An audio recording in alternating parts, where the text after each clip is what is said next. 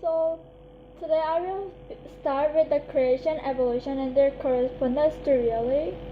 So this topic I will be explaining about the facts that the scientists who believe in Bible has discovered, and the other part, which is the scientists who reject the Bible, say about the science, creation, evolution, and their thinkings.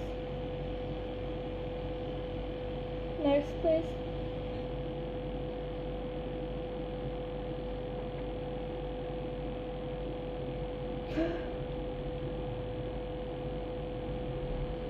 So first one is the concerning about the universe and the earth. A scientist who believe in Bible said the universe is earthly, law-abiding, and rational. The universe and its matter has a definite beginning. The earth is relatively young. Various catastrophes have affected the earth, which is catastrophism. A scientist who rejects the Bible said the universe is disordered without rhyme or reason. Either matter is eternal or the universe sprang into being by solely natural processes. The earth is extremely old. There has been a uniform continuation of past process into the present uniformitarianism. So by this we can see that the scientist in each side has a different opinion and different facts they discovered about the universe and earth. So they just actually say the opposite of each other. Next, please.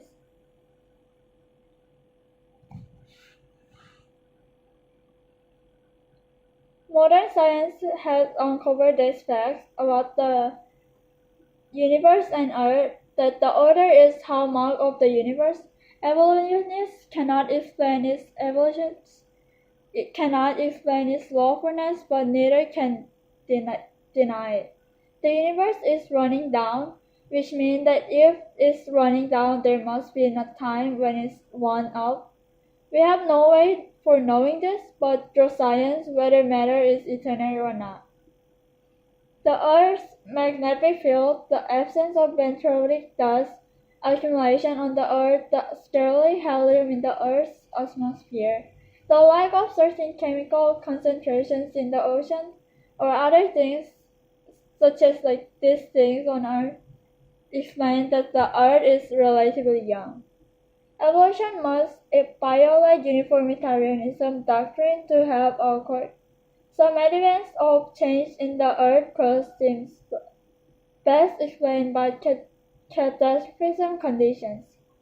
So by these facts, we can see that the modern science figured out about the Earth and universe by discovering something new that the other scientists did not figure out before, and sometimes they have the similar fact as the other scientists.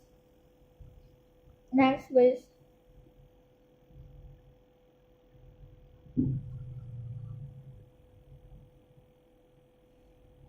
A scientist who accepts the Bible would predict that the living things are distinct from non-living things. There is much common design in organisms with modification in the basic design where needed.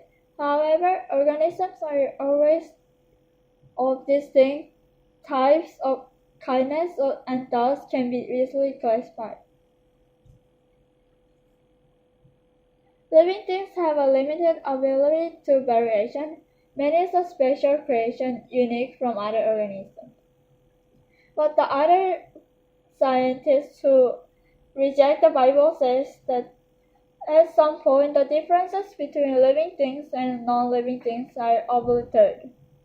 There is similarity in body structure resulting from the evolution into another, but a continuum of diverging organisms make classification impossible.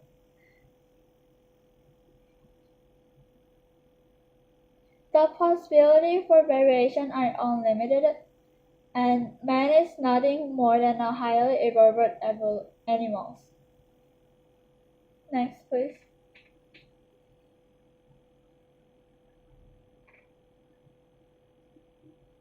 Modern science has uncovered these facts that the distance between living things and non-living things is clear.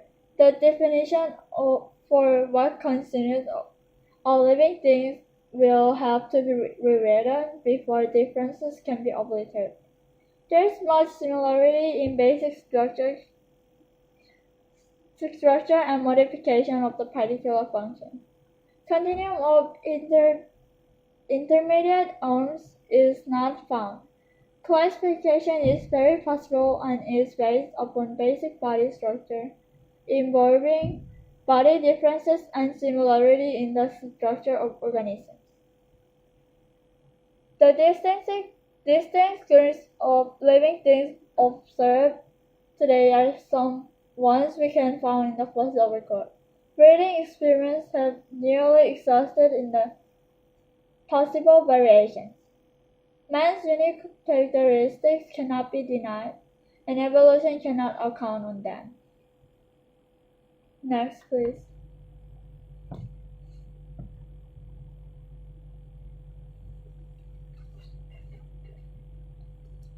Concerning the fossil record, the scientists who accept the Bible say that the distinct time of organisms will be found in the fossil record with no translation forms.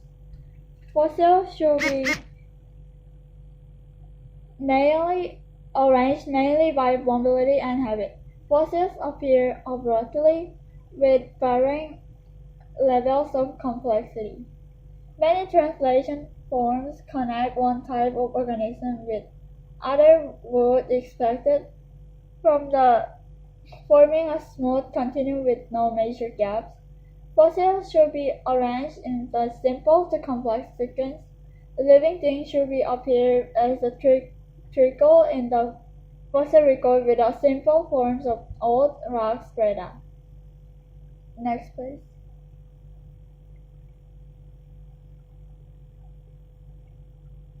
Modern scientists have discovered that there are many gaps in the fossil record. Translational forms are absent, and many evolutionists advocate forgetting about the missing links. There is no straightforward, simple to complex graduation in the fossil record. Habitat arrangement has been verified. There is no uniform gradation of fossils from simple to complex in fossil record. Next, please. What can we know from this fact we discovered about the evolution, universe, fossil, and living and non-living things? By this fact, we can know that the perspective and concern about each type of scientist who believe in Bible and who does not believe in Bible, and the modern scientists. So these discoveries allow us to know more deeply and about the scientists in each perspective about Bible and then the things modern scientists has discovered. So these facts that the modern scientists discover help us to understand more easily about the universe, evolution, creation, and non-living things and living things and fossils. So which means that even though people have different perspectives, who's Christians and who's Buddhists have different perspectives, but by the discoveries of modern scientists, we can know more simple and one fact about this perspective and concerns and these facts. Next, please.